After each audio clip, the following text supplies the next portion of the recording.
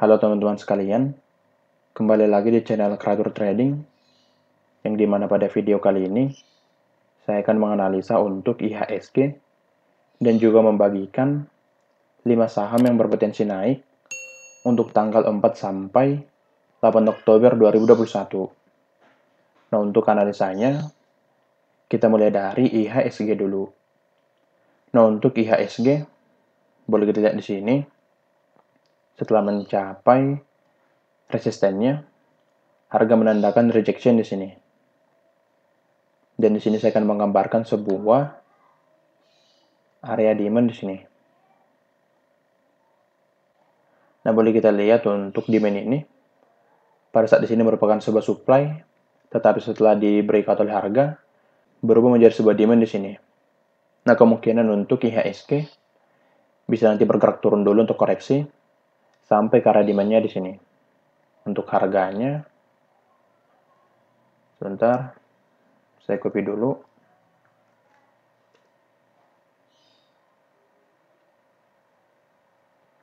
Nah, kemungkinan nanti untuk IHSG bisa bergerak turun dulu ke sini, ke area demand-nya, bergerak turun ke sini, lalu nanti melanjutkan naiknya. Karena di sini boleh kita lihat untuk harga menandakan rejection setelah mencapai resistennya di sini.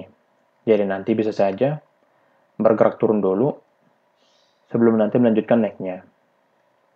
Dan untuk target naiknya boleh nanti di resistennya di sini, di resisten sebelumnya. Untuk target pertama di situ, lalu target kedua di sini. Sebentar. Target kedua di sini. Lalu target ketiga di sini. Nah, kemungkinan untuk IHSG bisa nanti bergerak naik sampai ke sini. Karena harga yang sudah breakout untuk area supply di sini. Akan tetapi jika nanti IHSG mampu breakdown untuk area demand-nya ini, maka untuk harga bisa nanti bergerak turun sampai ke sini. Sampai ke support channelnya. Atau nanti ke sini dulu. 6086. Lalu di sini. Sebentar. Nah, jika nanti bisa breakdown untuk demand-nya, maka untuk IHSG bisa nanti bergerak turun sampai ke support channelnya. Akan tetapi jika nanti tidak di breakdown untuk demand-nya ini, maka untuk IHSG akan lebih dominan nanti bergerak naik sampai ke targetnya di sini. Maka dari itu, boleh nanti menggambarkan sebuah area demand di sini, yang menjadi area retest dari IHSG nantinya, menggambarkan sebuah area demand di sini. Lalu untuk targetnya di sini, terutama untuk resisten ini di 6261 dan juga di sini di 6287. Ini menjadi target dari IHSG nantinya. Nah, bergerak turun dulu, lalu nanti bergerak naik. Nah, kira-kira begitu gambaran dari IHSG.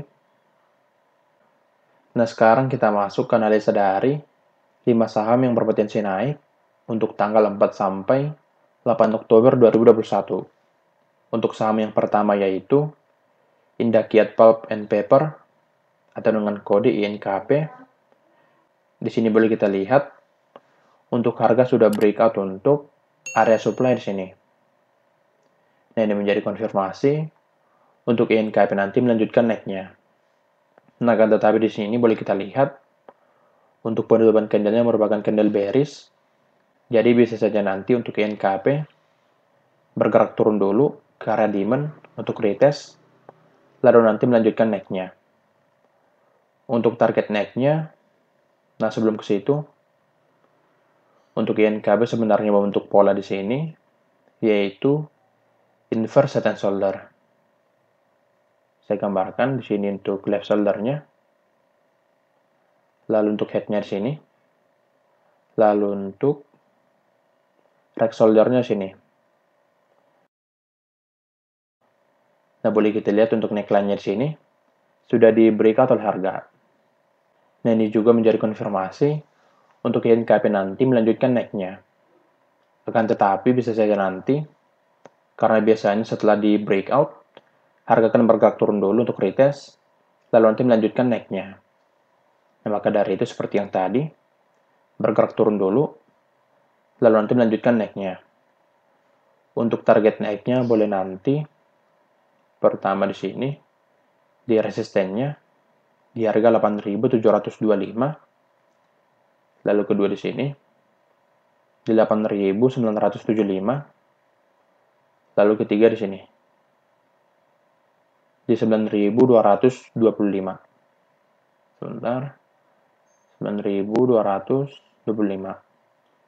Nah, kemungkinan untuk INKP bisa nanti bergerak naik sampai ke sini. Nah, maka dari itu boleh nanti menggambarkan untuk area demand-nya ini dan juga area targetnya. Nah, untuk area demand-nya di harga 7.975 sampai 8.175. Nah, bisa nanti bergerak turun ke situ, lalu nanti melanjutkan naiknya sampai ke targetnya di sini. Nah, sebaiknya teman-teman nanti menggambarkan untuk area demand ini pada INKP, supaya nanti teman-teman mengetahui untuk area retest dari INKP nantinya. Lalu untuk saham yang kedua yaitu Prodia Widya Husada atau dengan kode PRDA. Boleh kita lihat di sini. Harga sudah breakout untuk resisten rentannya di sini. Di breakout, lalu harga bergerak turun ke arah demand. Menurut saya untuk turunnya ini merupakan sebuah retest dari harga untuk nanti melanjutkan naiknya. Sebentar saya geser dulu untuk demand-nya. Nah, di sini. Nah, kemungkinan nanti untuk PRDA bisa bergerak turun dulu ke arah demand, masuk lagi ke arah demand, lalu nanti melanjutkan naiknya. Karena di sini boleh kita lihat, belum ada konfirmasi untuk bergerak naik. Jadi bisa saja nanti bergerak turun dulu ke arah demand, lalu nanti bergerak naik sampai ke arah supply. Dan untuk targetnya nanti, boleh di area supply-nya di sini. Untuk area demand-nya ini di harga 6.625 sampai 6.950. Nah, kemungkinan nanti untuk PRDA masuk lagi ke arah demand, lalu nanti melanjutkan naiknya sampai ke arah supply. Nah, jika nanti untuk area demand-nya ini belum di breakdown oleh harga, maka untuk INKP sangat berkemungkinan naik nanti sampai ke arah targetnya di sini. Maka sebaiknya nanti menggambarkan untuk area demand-nya dan juga area supply-nya di sini.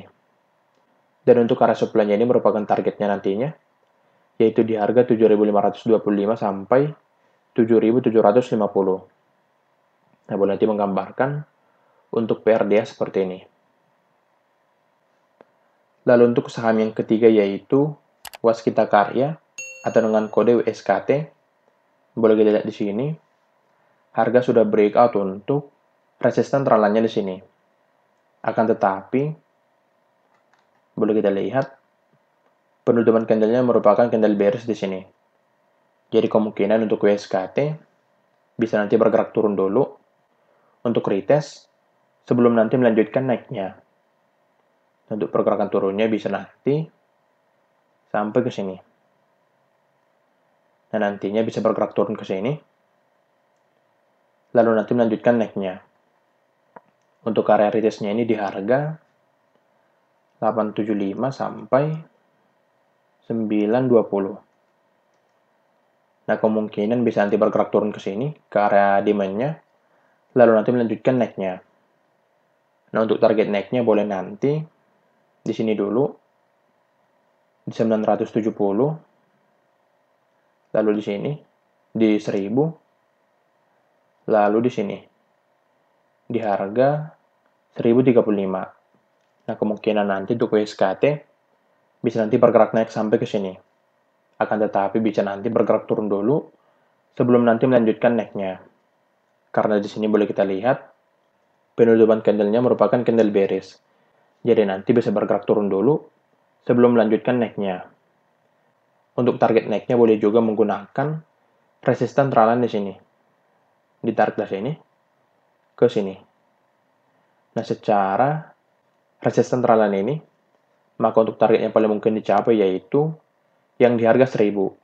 Nah, maka dari itu boleh nanti memperhatikan untuk resisten trendline di sini dan juga area target di sini.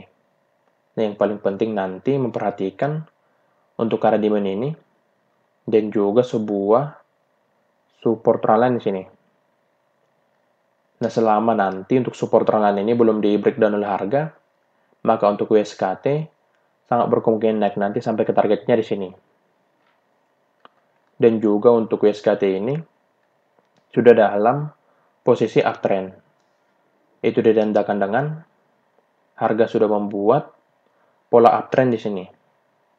Ini merupakan harga high-nya, harga low-nya, harga high-nya, dan akan turun membuat harga low yang baru. Lalu setelah terbentuk harga low yang baru, bergerak naik kembali, membuat harga high nantinya. Nah, maka dari itu, untuk USKT, sangat berkemungkinan naik nanti, sampai ke targetnya di sini. Nah, maka dari itu, boleh nanti menggambarkan untuk USKT seperti ini. Lalu untuk saham yang keempat yaitu Mitra Keluarga Karya Sehat, atau dengan kode MIKA. Di sini saya menggambarkan sebuah area demand di harga 2.280 sampai 2.200. Yang dimana demand ini bisa menjadi hambatan untuk MIKA nantinya. Nah, kemungkinan MIKA bisa bergerak naik karena adanya sebuah demand di sini. Jika nanti untuk demand ini belum di breakdown harga, maka untuk MIKA bisa nanti bergerak naik sampai ke sini. Pertama nanti ke sini di 2.400, lalu di sini di 2.450. Nah, jika nanti tidak breakdown untuk demand-nya ini, maka untuk MIKA bisa nanti bergerak naik sampai ke sini.